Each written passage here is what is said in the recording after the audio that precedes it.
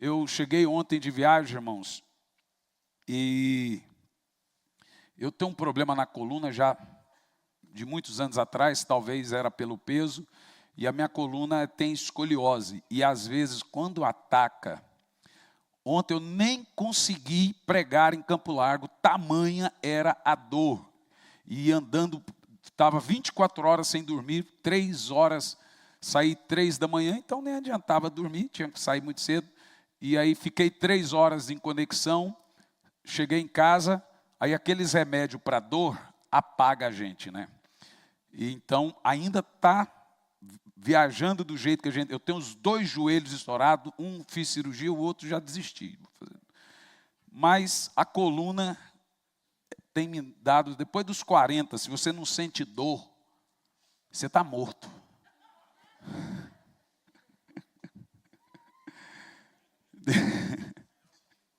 É melhor sentir dor do que ficar morto, né? Depois dos 40, quem não sente dor, ou não tem problema de esquecimento, como diz o Jaci, isso aí não é Covid, pastor, é Alzheimer. Ele fala, né? Ai, ai, ai. Gente, antes de nós lermos o texto, pode deixar na tela, Tiago, eu gostaria de falar aqui bem rapidinho sobre línguas de fogo.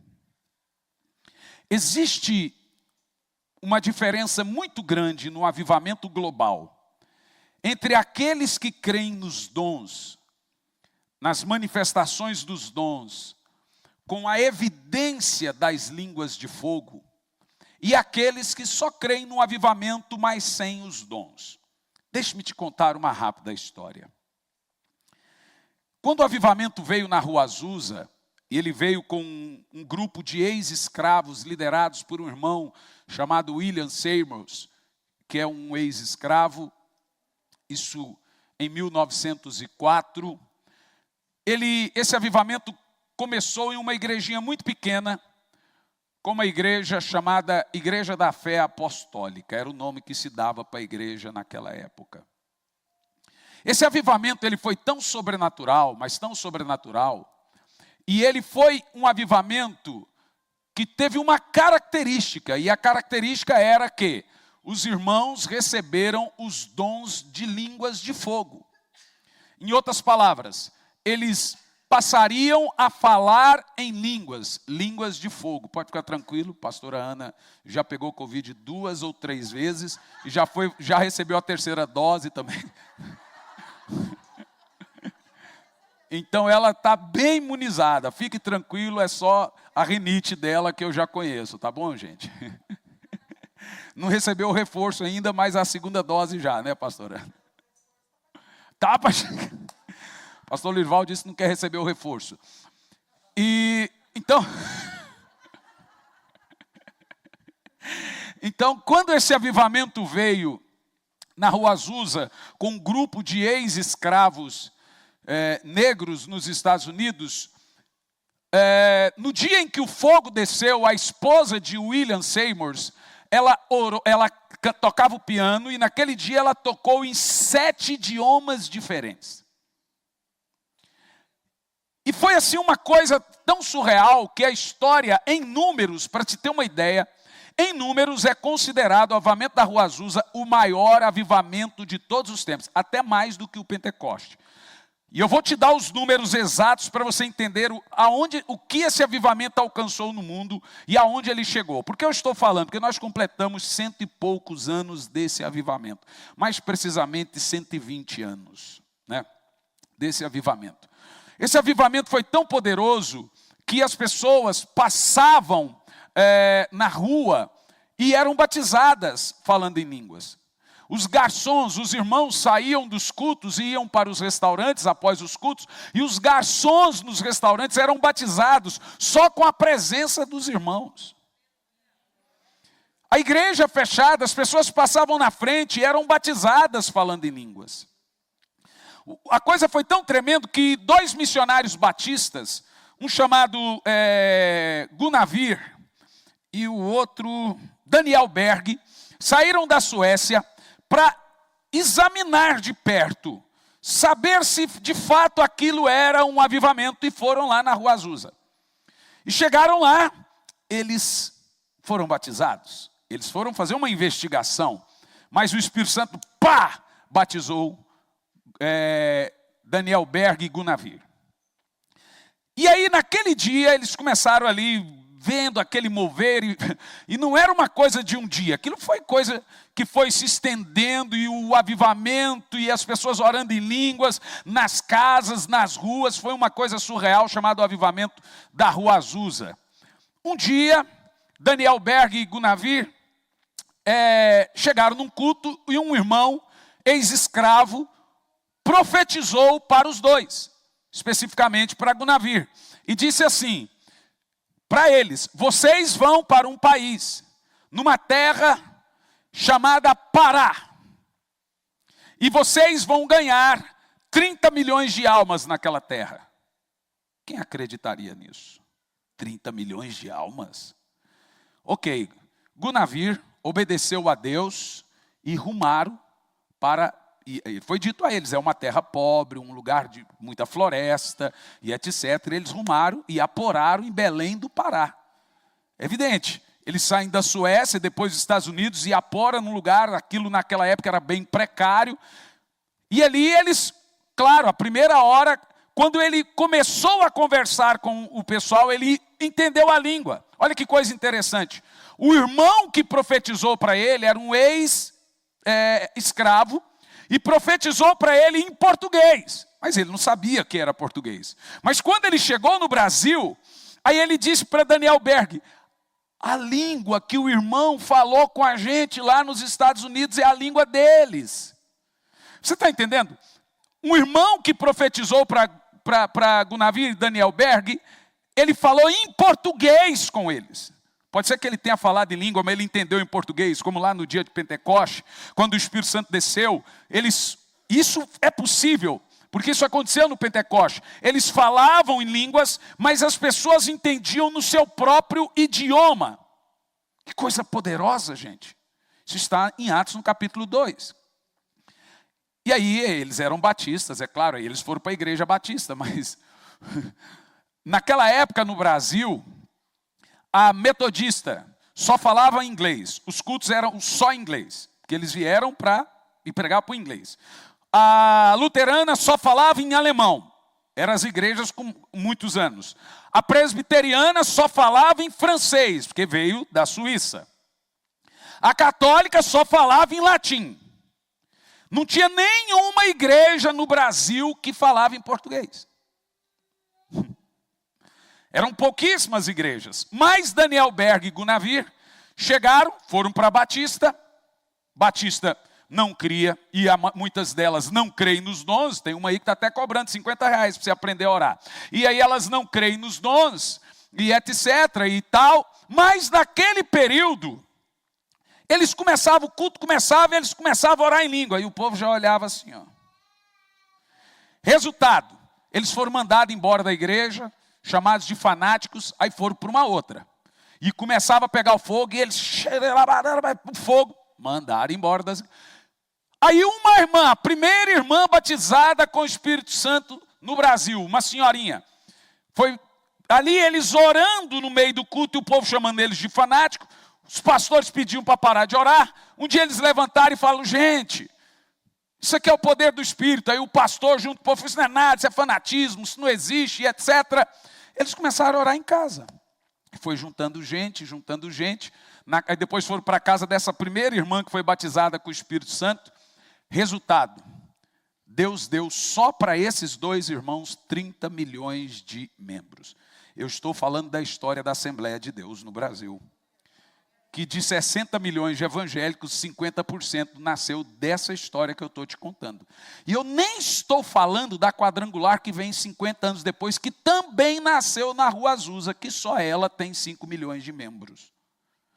O maior movimento pentecostal do mundo, hoje, só a Assembleia de Deus são 150 milhões de membros, almas no mundo, só ela. Se você juntar Assembleia de Deus, Congregação Cristã, Quadrangular, que são as 3 pentecostais que saíram ali da Rua Azusa, você fica assustado. Você fica assustado, porque em números, a maior igreja do mundo, do David Young Cho, Assembleia de Deus. A maior igreja jovem do mundo, Hillsong, Assembleia de Deus, pintada de preto. Então, foi a que lançou a moda, tá bom? Só antes que vocês me batam aí, a maior igreja que lançou a moda de púlpito de acrílico e preto, Hillsong, Assembleia de Deus. Movimentos pentecostais no mundo inteiro nasceram desse culto de ex-escravos com a manifestação de oração em línguas. E a coisa é tão poderosa, para te ter uma ideia, não desmerecendo, é evidente, claro que não, os irmãos tradicionais, mas a teimosia pelo tradicionalismo. Hoje, se você juntar todos os tradicionais do Brasil, não dão 2 milhões de membros. Presbiteriana, 800 mil. Os batistas, 1 milhão e alguma coisa. E luterano, não dá 200 mil. Se juntar todos eles, não dão isso. Por que eu estou te dizendo isso? Porque eles não são irmãos? Não, não é nada disso. Eu estou te mostrando a diferença de uma igreja que veio com a manifestação do poder do Espírito, com demonstração do poder do Espírito, com oração em línguas, crendo nos dons e nas evidências, e daqueles que ainda teimam em desprezar o poder do Espírito Santo. Tem muitos exageros? Claro que tem. Assim como do outro lado também tem. Assim como as igrejas tradicionais preferiram ficar ali naquele meio só método e etc. Tem muitos maçons no meio deles, isso aí, todo mundo sabe disso. E tem muitos exageros do lado pentecostal, é claro. Tem igreja aí que nem parece uma igreja, parece um centro espírita. Claro que tem. Dos pentecostais vêm os neopentecostais, que dá um baita trabalho para a gente ganhar almas por causa dos escândalos. Claro que tem, é evidente que tem. Mas o meu ponto aqui para os irmãos, nessa rápida dissertação histórica sobre o que é Pentecoste, o que é pentecostal de fato, que nós somos uma igreja pentecostal. Porque cremos na continuidade do mover do Pentecoste, que chegou até nós, e ele deve continuar ainda. É que uma grande diferença que se faz no mundo é aqueles que oram em línguas. Essa é a grande discussão.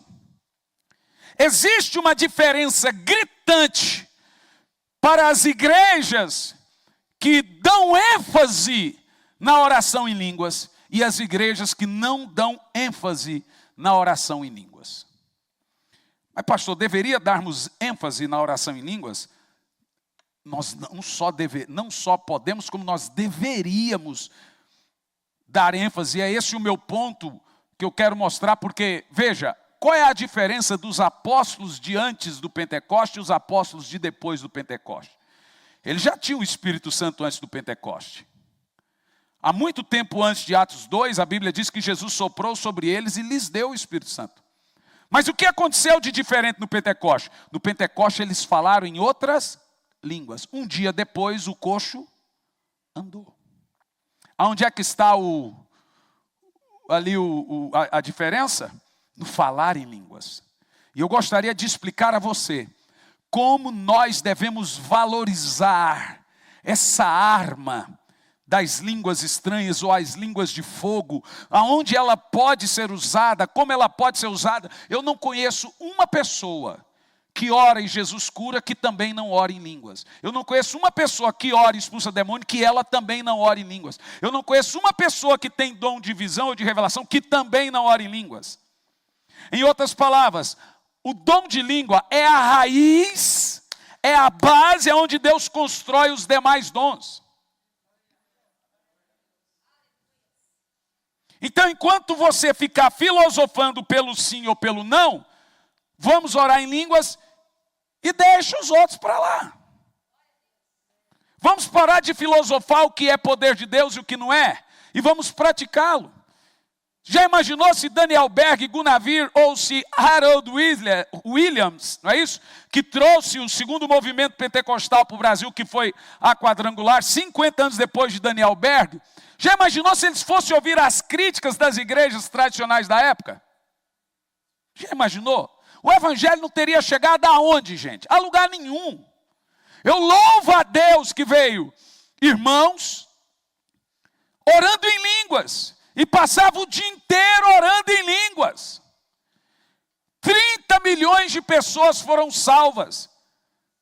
30 milhões, todas as outras igrejas no Brasil, ou vieram, se não são tradicional, ou vieram da Assembleia de Deus, ou vieram da Quadrangular. Todas as outras. Ou um dia o irmão foi assembleiano, ou um dia o irmão foi quadrangular. Todas as outras. Porque ou o irmão era crente da Assembleia, ou o irmão era crente da Quadrangular. A Quadrangular veio direto de lá, como Assembleia.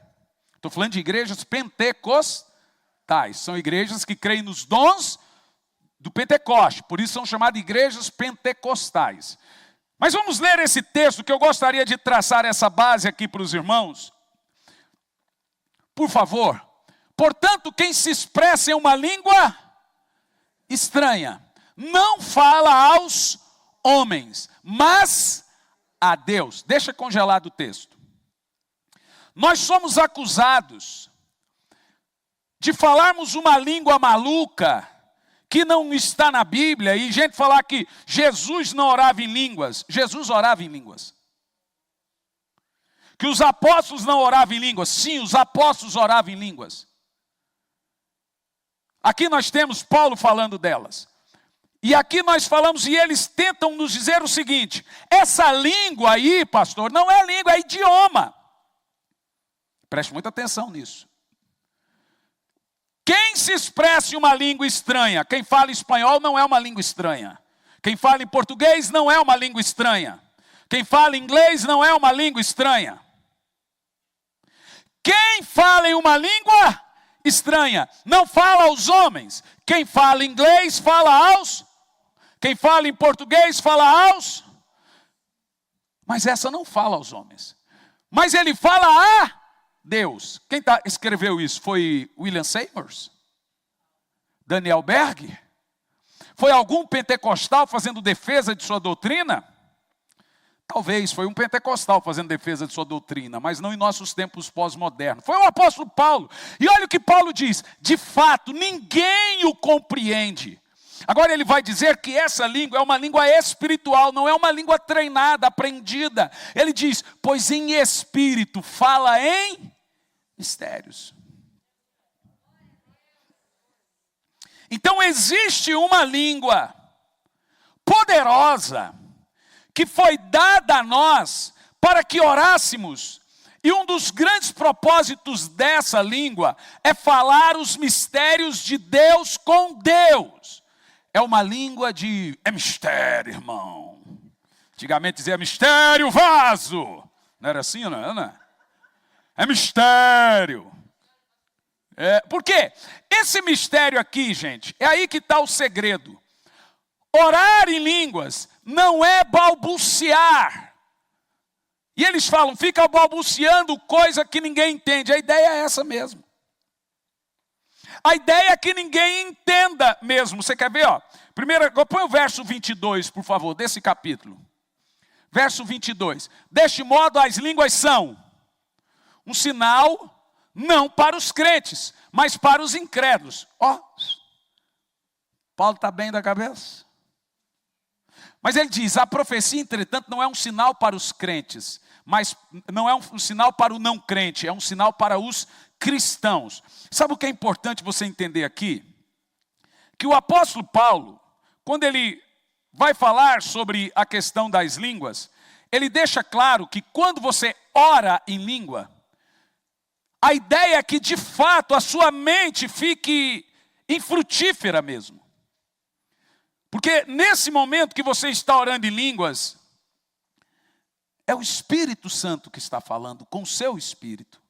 É uma comunicação espiritual, não da minha consciência. A mente, de fato, a ideia é que realmente essa mente fica sem saber. Você quer ver? Veja o verso 18 e 19. Vamos lá. Paulo falava em línguas? Leia, por favor, e responda, Paulo. Leia.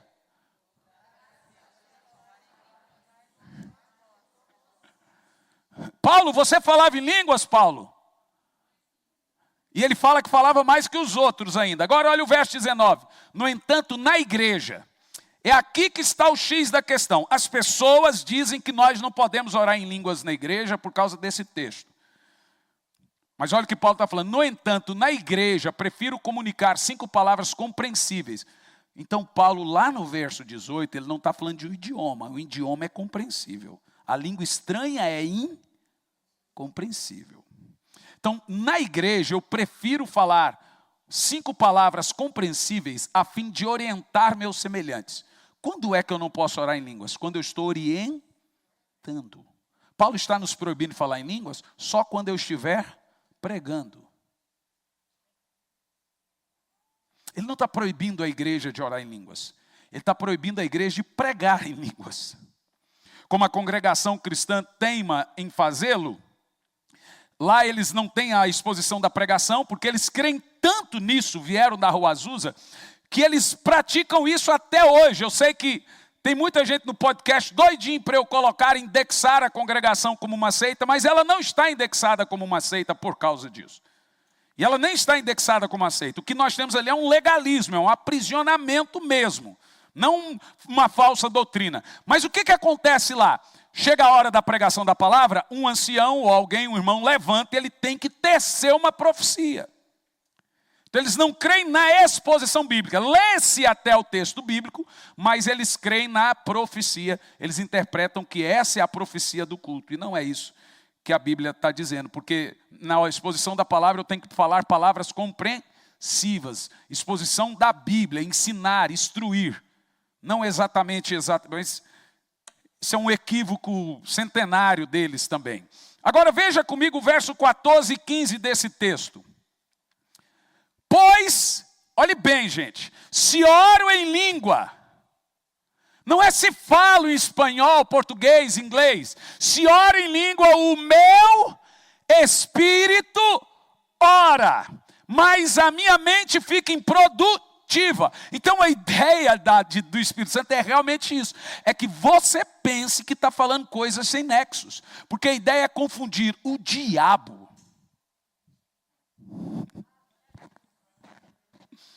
E você sabe por que nós confundimos o diabo? Versículo 2 explica. Versículo 2. Quem se expressa em uma língua estranha não fala aos homens a Deus, porque ninguém compreende, pois ele fala em... Qual é o segredo do Espírito Santo te dar uma oração em línguas e você entregar os planos de Deus? Se tem que ser um mistério. Então a oração em línguas foi uma arma do Espírito Santo de guerra, para sabotar o diabo e não ser sabotado por ele.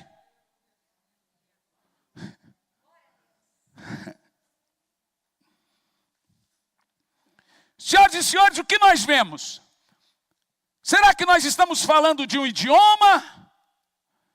Ou será que nós estamos falando realmente de um batismo de fogo, como a manifestação de uma língua, que eu gosto de chamar de língua de fogo, em Atos capítulo 2, versículo 1. E viram sobre eles línguas repartidas, e ao completar-se o dia de... Por isso que nós somos pentecostais. Daí surge o termo, pentecostais. Completar-se o dia de Pentecostes, estavam todos reunidos no mesmo lugar. De repente veio do céu um barulho semelhante a um vento soprando muito forte. E esse som tomou conta de toda a casa onde estavam assentados.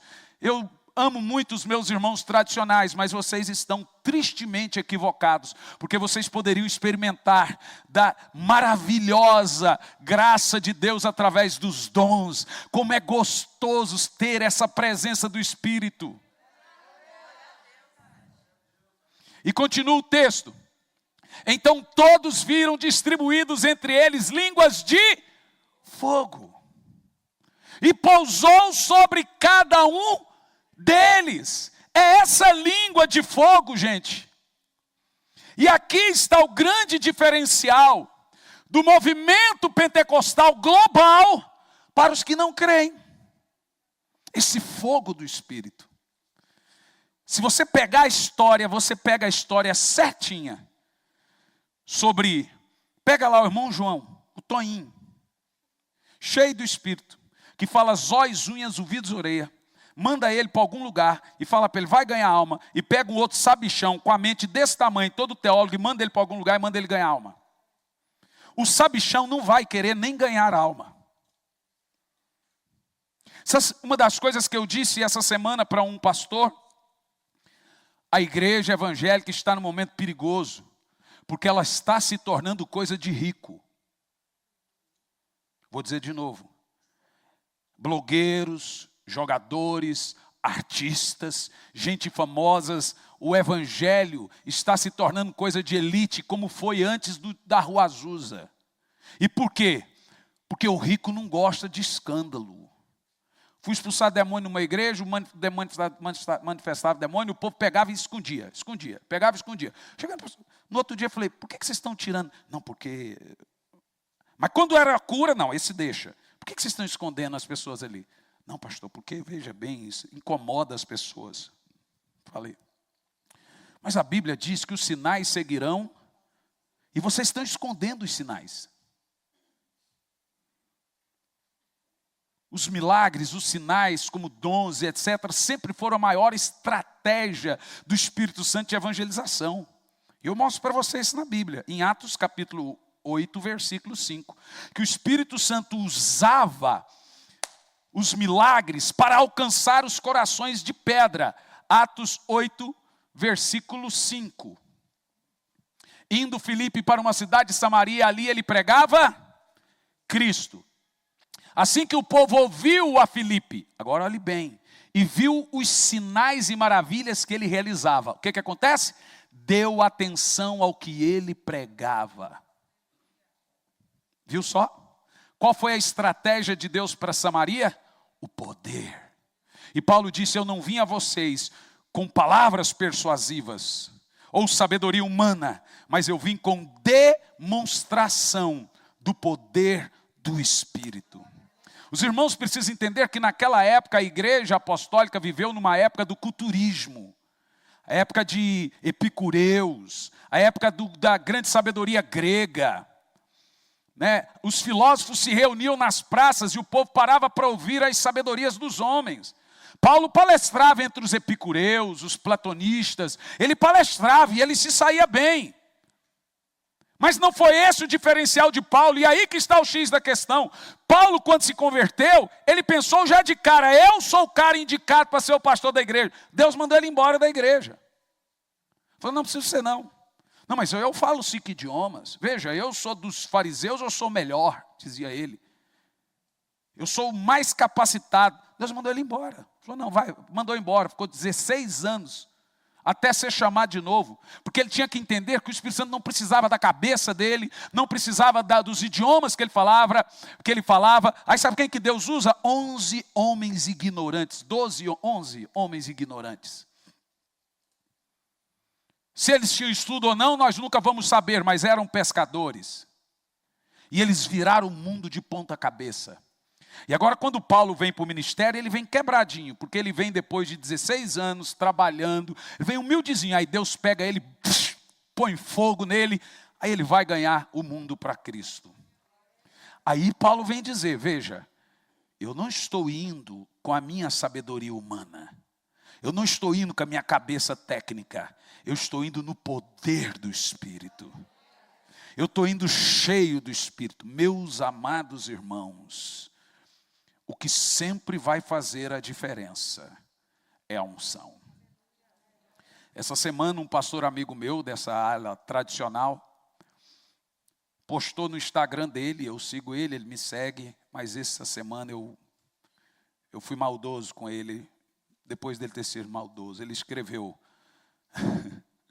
não existe pregador ungido, não existe esse negócio de unção. Falando que esse pregador ungido, unção, não tem esse negócio de um tem mais unção, outro tem menos unção. E pá, pá. Eu falei assim, relaxa, reverendo, todo mundo já sabe que você não tem unção. Não precisa provar para ninguém, a gente já sabe que você não tem. Eu não sei, eu não vi o resto, pode ser que ele me bloqueou. Você nunca vai ver uma pessoa ungida fazendo uma tese contra a unção.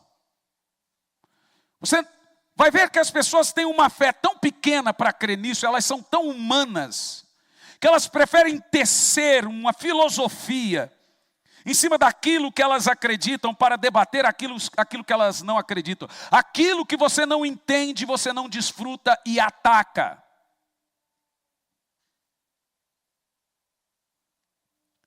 As línguas de fogo distribuídas para o povo de Deus na Bíblia é o grande diferencial ainda para um cristão. Não importa se ele é alto, se é baixo, se um é escandaloso, o outro não é, se o outro fala gemido, se o outro ora alto, mas a igreja deveria orar em línguas. Porque a Bíblia fala delas, os apóstolos oraram em línguas. Ela foi distribuída no mundo. Os morávios vieram com isso. Todos os grandes homens, D.L. Moody, Finney, como eles odeiam Finney. Seymours, todos. E você vê certinho ali, a fronteira entre a igreja com poder e a igreja sem poder.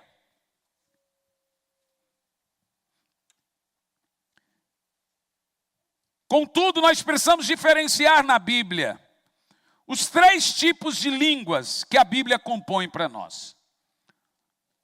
Agora é uma parte um pouco técnica. O primeiro tipo de língua, mencionado por Paulo, é a língua como sinal de maravilhas.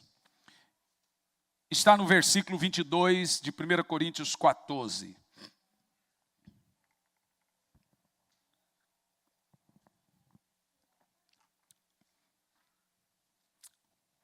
Deste modo, as línguas são um sinal, não para os crentes, mas para os incrédulos.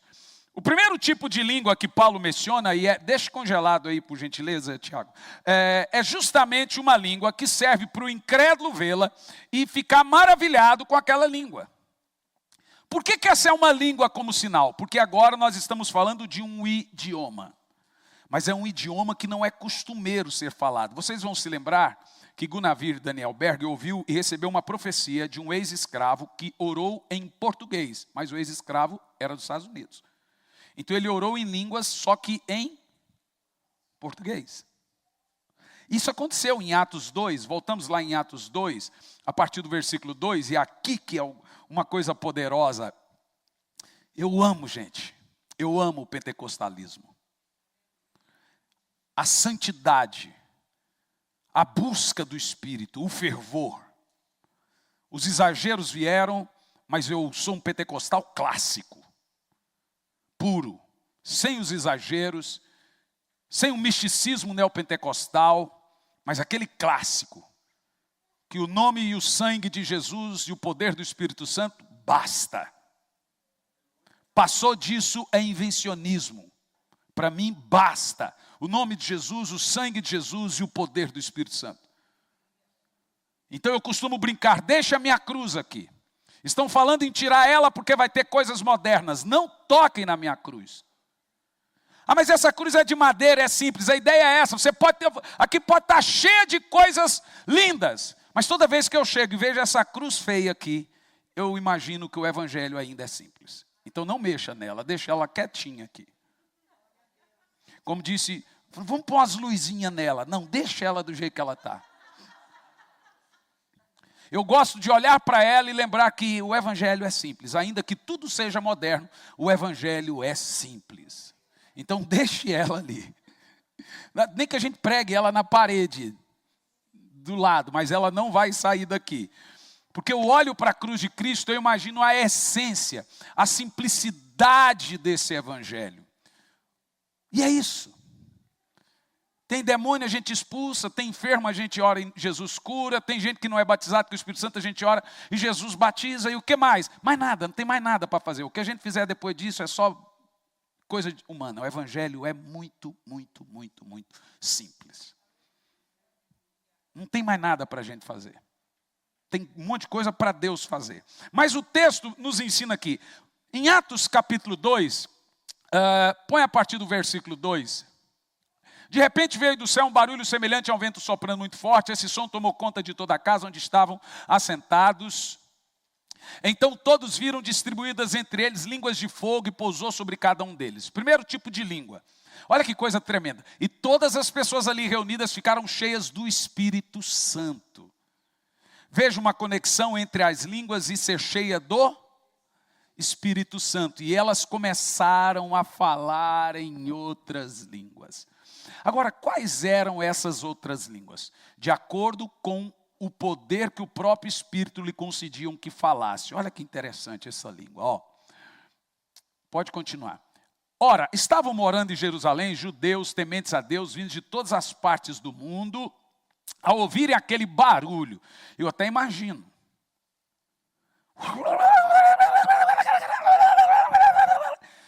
Você vai numa vigília que não tem som, não tem nada, num monte de alguma coisa. Rapaz, é de longe que você ouve. Eita, som bonito. Eu acho que dava para a gente ir no monte de vez em quando, né, gente? Vocês vigiam, viu? E viu um barulho, e ajuntou-se um grande número de pessoas. Agora olhe bem, olha o que Paulo está dizendo. E elas ficaram maravilhados, porque cada um ouvia falar em sua própria língua. Agora veja, eles estavam orando em línguas, mas quem ouvia, os ouvia em idiomas. É a mesma coisa do Gunavir lá, ó. O camarada falou com ele em línguas e ele ouviu em português, e quando ele chegou no Brasil, ele falou, a língua que o irmão falou com a gente lá nos Estados Unidos. Será que você entende a dimensão disso, gente? Eu, por exemplo, eu conto essa história sempre, e assim me dá parece que o meu coração vai sair uma coisa louca, porque eu fico maravilhado como que o Espírito Santo vai fazendo as coisas se encaixarem, como o poder dele não tinha Facebook, não tinha Instagram, não tinha YouTube, tinha nada, e os caras colocaram o Brasil de ponta cabeça, e ganharam 30 milhões de almas. Pelo amor de Deus, você está entendendo isso?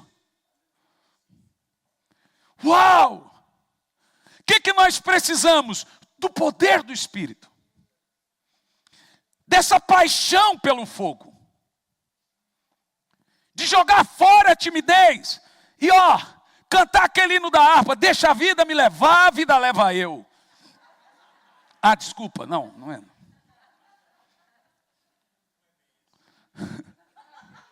Não era bem esse hino. Mas eu quero dizer para os irmãos o seguinte: deixa o Espírito Santo me levar. Nós temos que entender, irmãos, pouco me importa. Teve uma irmã que escreveu para mim, o senhor mudou muito suas pregações, mas eu continuo a gostar de você. E eu perguntei para ela, o que eu mudei?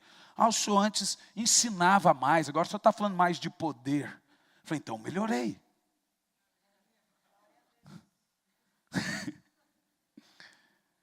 Se hoje eu falo mais sobre o Espírito Santo e dou mais ênfase no enchimento do Espírito do que ficar sendo uma coisa totalmente só técnica e não ministrar, então significa que eu melhorei.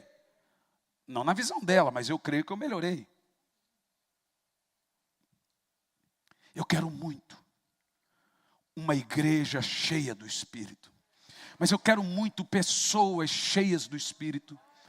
No período que nós completamos mais de um século do último e do maior avivamento da terra, que foi o avivamento da Rua Azusa. Em números foi o maior de todos. Está na hora de um novo Pentecoste. Está na hora de um novo derramar. Mas veja que Paulo, ele nos deixa claro. Essa língua aqui do Pentecoste, ela foi entendida pelas pessoas que estavam em volta como idioma. Porque eles ouviam em sua própria língua, seu próprio idioma. Quer ver o verso 7? Perplexos e admirados, comentavam uns com os outros. Porventura não são galileus todos esses que estão falando? Olha que coisa tremenda.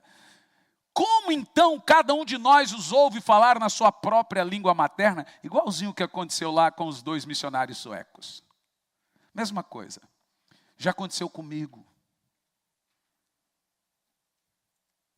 Já aconteceu várias vezes. Qual a ideia aqui? A ideia é justamente essa. O evangelho precisava ser propagado, as pessoas não tinham cursos de idiomas, a maioria não sabia ler e nem escrever. Então isso aqui é o Espírito Santo dando um dom de maravilhas para as pessoas aprenderem idiomas ou falar e as pessoas compreenderem o que estava sendo falado na língua natal delas, para que o Espírito Santo fosse o intérprete de cada ouvinte, para que o evangelho pudesse ser pregado. Que coisa, não? Por isso que o primeiro tipo de língua é um sinal de maravilha, porque a pessoa, ela ouve você falar, e ela fala, uau, você fala minha língua.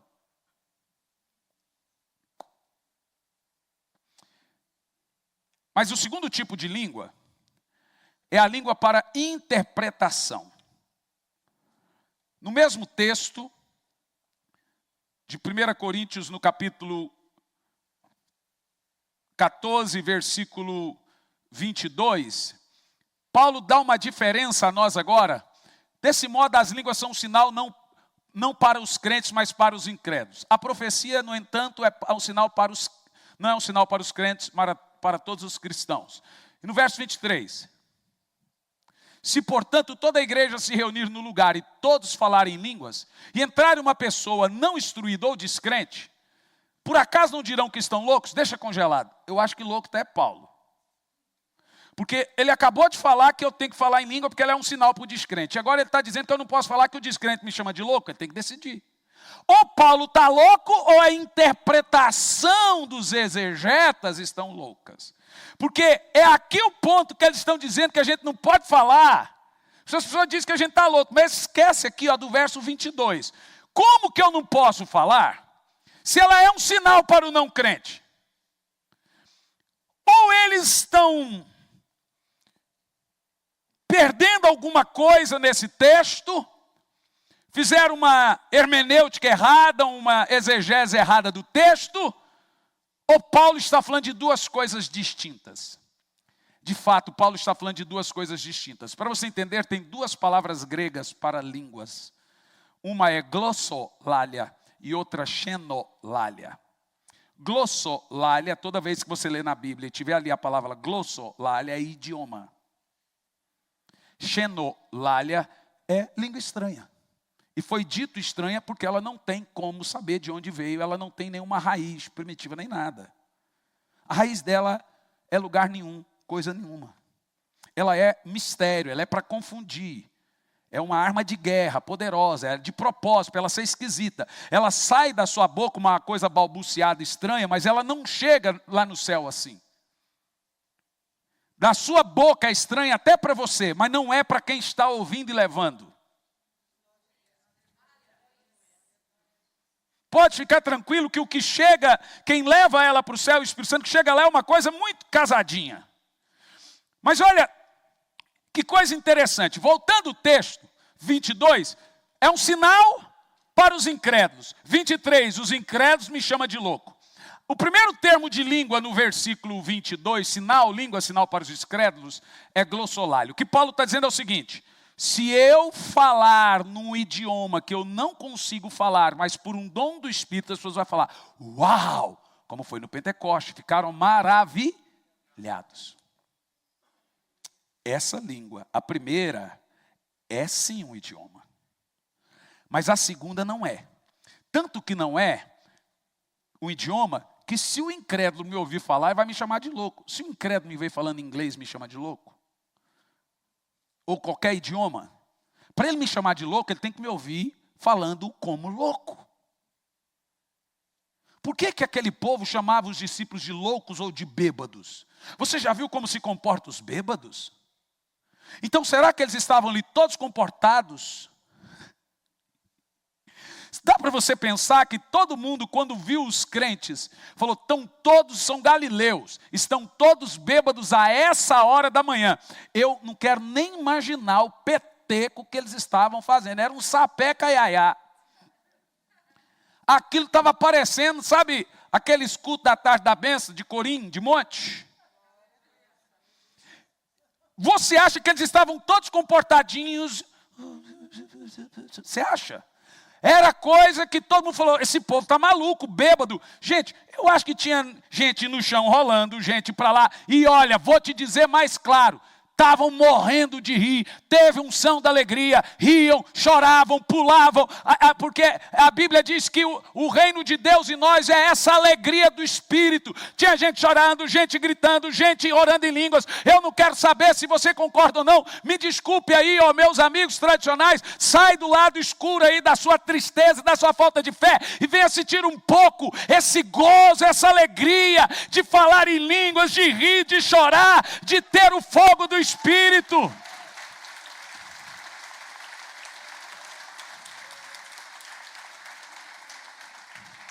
É por isso que eu falo. Querem um avivamento, mas um avivamento como se pede um x-salada. Não quero com ovo, não quero com ervilha, não quero com pepino. Eu quero avivamento, mas não queremos oração em línguas. Eu quero avivamento, olha, mas aqui a gente não expulsa o demônio. Olha, eu quero avivamento, mas a gente não crê nisso. Não! Ou você pega o pacote todo do Espírito, ou nada feito, porque não existe avivamento à maneira da Assembleia de Deus, não existe avivamento à maneira da Batista, não existe avivamento à maneira da Quadrangular, existe avivamento à maneira de Deus, existe avivamento do jeito de Deus, do modo de Deus, e quando Ele traz, não tem o que fazer. O jovem falou, pastor, o que é avivamento? Eu falei, irmão, é mais fácil eu te dizer o que não é avivamento, vem cá. Você está vendo aquela vaca pastando? Estou vendo. Aquela vaca pastando não é avivamento. Mas vem aqui. Você está vendo aquele passarinho no poste cantando? Estou vendo. Aquele passarinho no poste não é avivamento. Então o que é avivamento? É quando você vê a vaca no poste cantando. E o passarinho no pasto pastando. Aí é avivamento.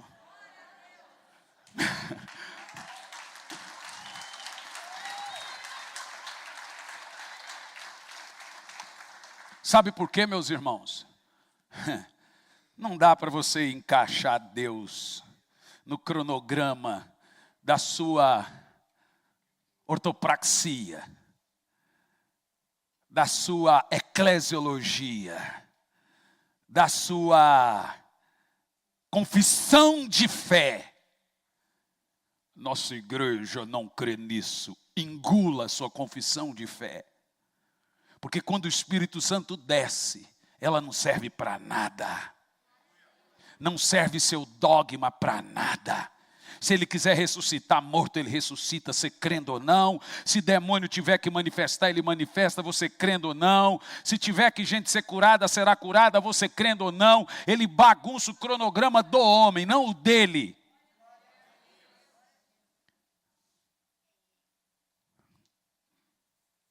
Então fica evidente para nós aqui, que o segundo tipo de língua, mencionado por Paulo, não é o primeiro. O primeiro é sim o idioma, o segundo é uma língua estranha. Por isso que o segundo tipo de língua é língua para interpretação. Notem que não é tradução. Ela tem que ser interpretada e não traduzida. E só pode interpretar essa língua por um outro dom de língua. Se é para interpretar para outro ser humano, que às vezes não tem necessidade. Mas se tiver, uma pessoa que tem o dom de interpretação, irá interpretar o que o Espírito está dizendo. E aí é isso que a Bíblia chama de edificar a igreja e chama de profecia. Quando há interpretação. Há pessoas que o mesmo que tem o dom de língua também interpreta, não necessariamente, mas acontece. Para você entender o que eu estou dizendo, é nesse contexto que Paulo fala em 1 Coríntios 14, falam todos em línguas. Paulo, ele diz para os irmãos buscar o dom de língua. E aí nós somos acusados e diz, mas esse é o menor dom da Bíblia. Você nunca leu isso na Bíblia. Você leu que ele não tem a importância dos outros, porque é o único dom que edifica só um, só quem fala. Enquanto os outros edificam, é só por isso. Agora, ele é o único dom que edifica quem fala. O dom de cura não edifica quem cura. O único dom que edifica, que eu li na Bíblia, é o de língua. Os outros não. Entendeu ou não? Isso é maravilhoso. Vamos ver aqui as diferenças entre as duas línguas, porque das 3 línguas mencionadas por Paulo, duas são línguas públicas e uma não é pública. Verso 22 e 23, de novo na tela. Primeiro, Paulo diz, as línguas são um sinal para os descrentes. Segundo, ele diz, se vocês falarem línguas, os descrentes pensarão que vocês estão loucos. Primeiro, Paulo não diz que se não pode falar em língua em público. Ele diz que o máximo que pode acontecer é ser chamado de louco. Não há uma proibição aqui. E também Paulo diz, quando é que eu não devo falar em língua no público? Se eu estiver pregando, e ficar, mas eu estamos aqui todo orando e eu canta lá, eu também estou adorando igual você, não é um ato de pregação, eu posso sim orar em línguas. E você também pode aí orar em línguas. Mas no ofício da exposição da palavra, não podemos. Ela tem que ser palavra legível e entendível. Então, é evidente que nesse texto Paulo está falando de 2 línguas. A primeira língua é glosso, a segunda xeno. A segunda é estranha e a primeira é um idioma. Mas é um idioma dado por dom. Tipo assim, eu estou orando em línguas, mas alguém está me ouvindo em idioma. Tremendo. Irmão, se você souber como esse nascedouro de poder, como roubaram da igreja esses mais de 1000 anos de trevas, quando a igreja se desviou em 310, quando a igreja se desviou a partir do concílio de Nicéia em 310 com Constantino, então cristianizou-se Roma, o imperador Constantino, e agora ele determinou que tudo tinha que ser cristianismo. Então eles pegaram todos os santos, os deuses do panteão grego, panteão romano, panteão sumério, babilônico, jogaram dentro do cristianismo, e agora eles começaram a tirar milagres. Dali vem o sensacionalismo. Não, o tempo de milagres acabou. Por quê? Eles tiveram que dar resposta para a falta de poder, porque não tinha mais milagre, não tinha nada. Então eles criaram uma teologia para provar que o tempo de milagres ficou só para Paulo, para os apóstolos. E aí nós vemos em mais de 1000 anos de trevas, tiveram que inventar santo chorando, porque ninguém cria em mais nada. E esse período é chamado de anos de trevas, até a Reforma Protestante. A partir da Reforma, em 1517, a partir da Reforma, vem sendo restaurado essas coisas do Espírito Santo. E não é tudo que a Igreja Católica deixou para nós que é mal. O nosso modelo de culto é uma boa herança. A reverência que eles têm, deveriam os evangélicos ter herdado. Você não vê uma criança correndo, alguém falando, alguém se mexendo numa missa. Não é tudo. Nós não jogamos fora. E de ruim ou para bom, não importa, eles mantiveram uma cultura. E Deus foi segurando aquilo até chegar em 1500, começa ali sendo restaurado, aí começa a ter os avivamentos.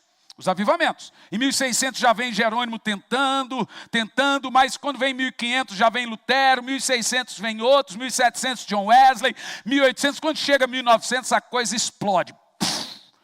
Aí não tem como segurar mais. Aí começam as tendas, aí as cruzadas, os estádios. Billy Graham, quando foi pregar na Times Square, ele pensou que seria uma cruzada de 2 dias. No 35º dia, já tinha mais de 5 milhões de pessoas em Manhattan. Eram para ser um evento de 2 dias, mas o povo ia dobrando de um dia para o outro, tiveram que esparramar sons em todas as ruas de Nova York para ouvir um moço pregando, cheio do poder do Espírito Santo.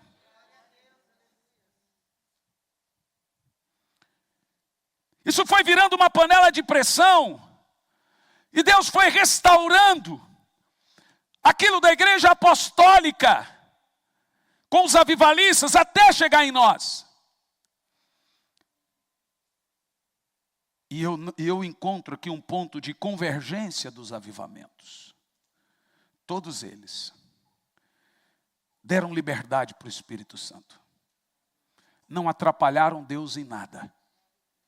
Não colocou ele numa caixinha e disse, faça o que o Senhor quiser. Oh, aleluia. Oh, aleluia. Mas o terceiro tipo de língua. Alguém dá uma moto para esse irmão, por favor. O terceiro tipo de língua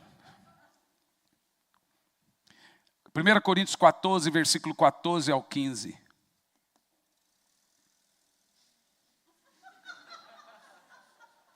Às vezes é o pessoal da academia, gente.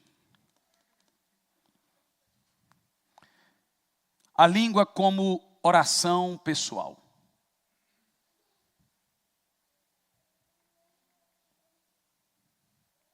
Língua como oração pessoal. Diz assim, ó.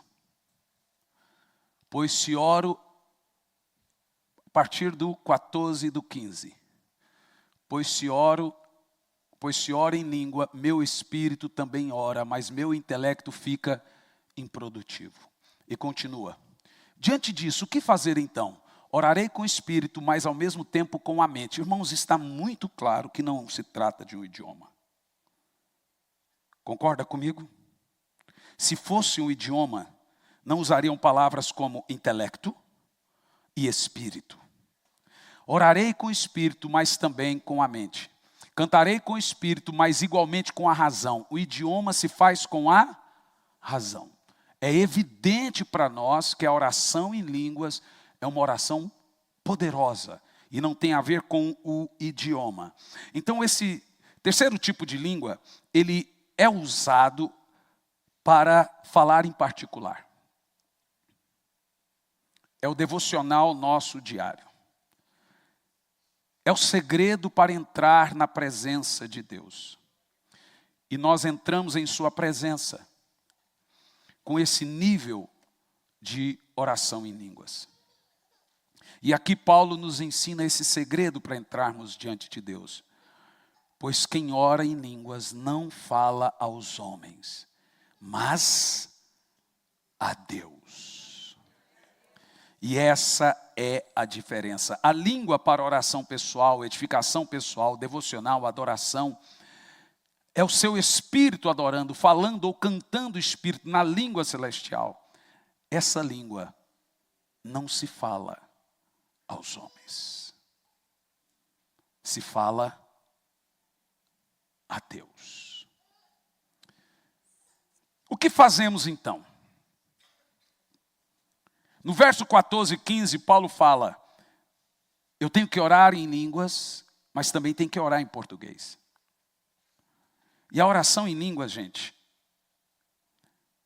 ela é muito importante. Preste muita atenção. Ela não necessariamente precisa ser alto, mas tem hora que não dá para contar. Eu não consigo. E eu vou dizer bem sério para o senhor, eu sou aquele extravagante. Eu sou extravagante. Tem gente que não é. Mas todos nós deveríamos buscar a oração em línguas. Ela nos dá autoridade. Ela traz os mistérios de Deus ao nosso coração. Você ora em línguas, o Espírito Santo lhe dá direções, ele lhe revela em sonhos.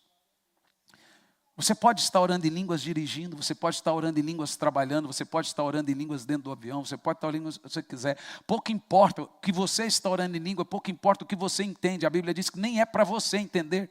Aquilo é uma atitude do seu Espírito e do Espírito Santo.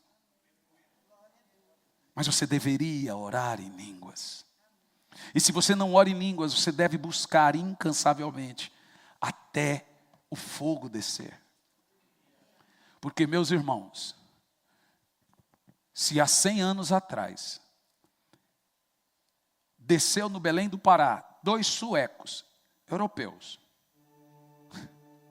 europeu pipocando em língua, irmão, por que você não pode?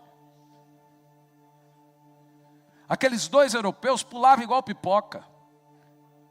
No Pará, gente, no meio daquele povo, o povo do Pará são fervorosos sem fogo do Espírito. Você imagina, eu fico imaginando a história dos avivamentos. Eu fico maravilhado. Meus livros são dessa grossura. Eu estava numa livraria esse dia, eu não posso entrar em livraria, e comprei um monte de caixa de livro, aí o pastor falou, você está feliz? Eu falei, eu estou, minha mulher não sei se vai ficar muito não. Aí eu já chego em casa e falo, onde é que vai pôr esses livros agora? Não tem nem lugar para pôr mais livros. Aí eu costumo brincar, gente, pare de comprar livro, leia os que você já tem. Bom, mas só o fato de estar ali, na hora que eu preciso eu vou lá e pego. Mas deixe-me te dizer uma coisa, eu fico tão maravilhado, como que a engrenagem do Espírito vai ao passar dos anos funcionando, e ele está repetindo de novo, gente. Eu acompanho isso, eu estou acompanhando, eu estou percebendo que o Senhor está repetindo tudo de novo. Veja, esse período desses avivamentos é o período da gripe espanhola que matou mais de 50 milhões de pessoas. Você entende o que eu estou falando? O século do Espírito Santo é os anos de 1900, século 20, né? É chamado século do Espírito Santo, do movimento pentecostal, 2 guerras. Século de Stanley, de Lenin, século de Guerra Fria, século de Pearl Harbor, século de Hiroshima e Nagasaki, é o pior século do mundo. Século de uma gripe que matou 50 milhões de pessoas, a gripe espanhola. Mas é o século de Gordon Lindsay, de Evan Roberts, de William Seymour, de Billy Graham.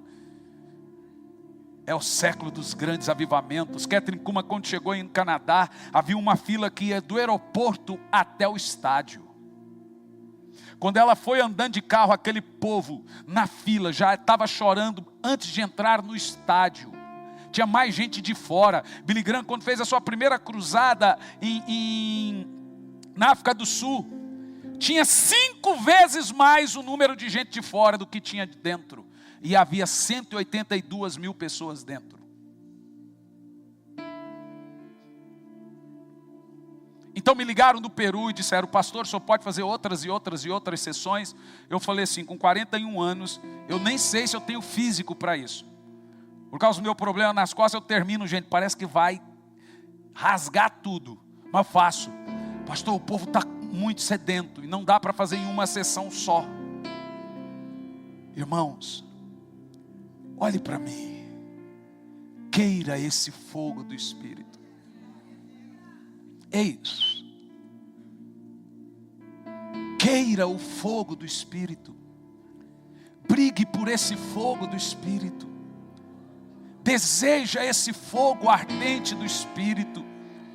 Saiba que ele lhe pertence, não fique preocupado no que o outro vai dizer, entre por esse rio, mergulhe fundo. Vai chegar a vez que você vai estar em casa do nada e aquele fogo vai vir em você de uma maneira muito, muito, muito, muito sobrenatural, e aquilo vai lhe causar tremedeiras, mesmo que você estando sozinho em casa. Mas você precisa desejar, é só esse poder do Espírito que traz a verdadeira libertação e a verdadeira transformação.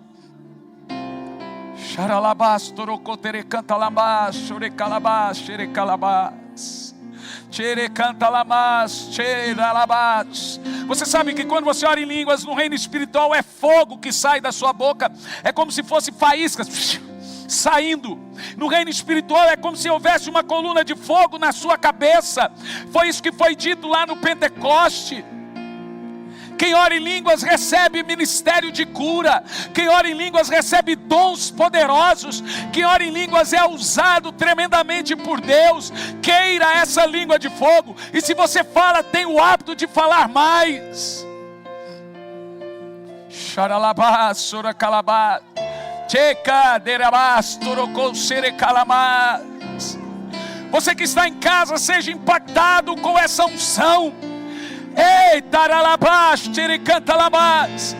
Seja cheio desse fogo, dessa unção nessa noite. Dê lugar, dê lugar, dê lugar, dê lugar. Oh Espírito Santo, oh Espírito Santo, oh Espírito Santo, oh Espírito Santo. Oh Espírito Santo, o Senhor quer visitar-nos como em outros tempos. Ele te chama de novo a um novo mover. Ele te chama de novo a um novo tempo. Oh xaralabás, xerecalabás, xeredorocalabás. Por 3 minutos todos que orem em línguas, ore em língua agora. Quem não ore, glorifique, diga que Ele é santo. Ele vai colocar as palavras na sua boca. Mas exalte, cumprimente o Espírito Santo agora. Cumprimente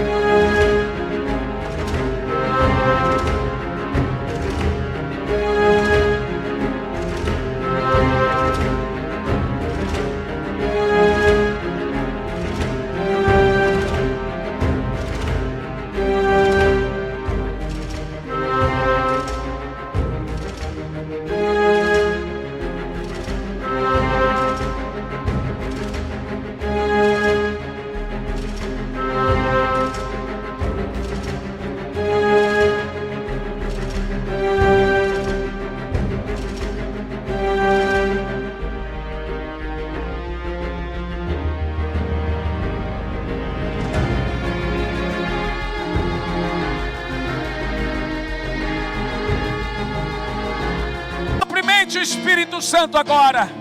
Cumprimente o Espírito Santo. Saúda o Espírito Santo. Tcharalabás, serecalabás. Receba visões, revelações, profecias. Oh, vamos mais forte. Ei, vai mais fundo, vai mais fundo, vai mais fundo. Vai mais fundo, vai mais fundo, vai mais fundo. Deixa fogo sair da sua boca agora. Deixa fogo sair da sua boca agora.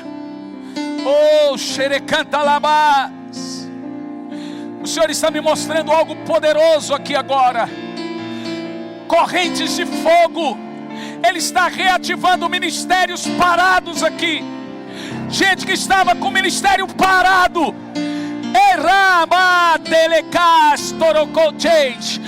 Eita, que diz o Senhor aqui agora.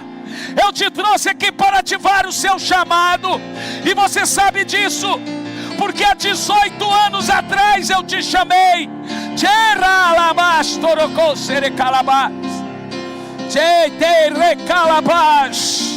Receba dons agora. Receba dons do Espírito agora. Receba dons do Espírito agora. Receba, vamos. Vamos mais fundo, minha igreja. Vamos mais fundo, igreja. Delicie da presença do Espírito agora.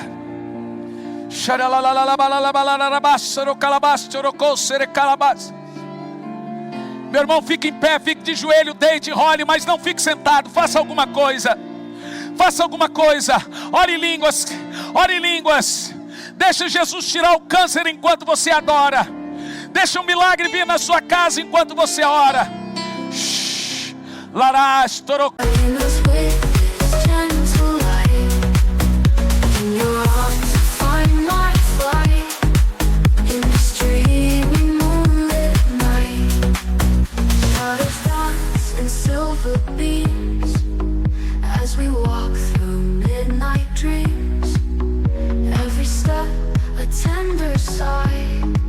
Beneath the cold, endless sky, the world fades away, it's just us two, wrapped in the glow of the midnight blue. In the silence, love's pure and true, dreaming in the light of you.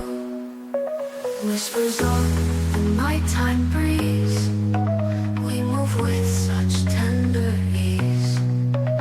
Every star a promise made in this moonlit serenade. Toda igreja, ore em línguas. Oh, rabás, terecantalabás. Mais forte, mais forte. Oh, Espírito Santo.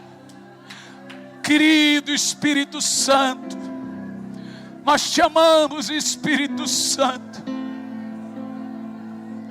Esse barulho é o barulho que foi no Pentecoste.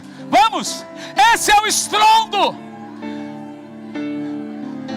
Ele incomoda o inferno, esse barulho de fogo. Errabás, terecalabás. Ora calabás. Aracantalabás. Tcherecantalabás. Dos terecalabás. É a unção que faz a diferença ainda, igreja.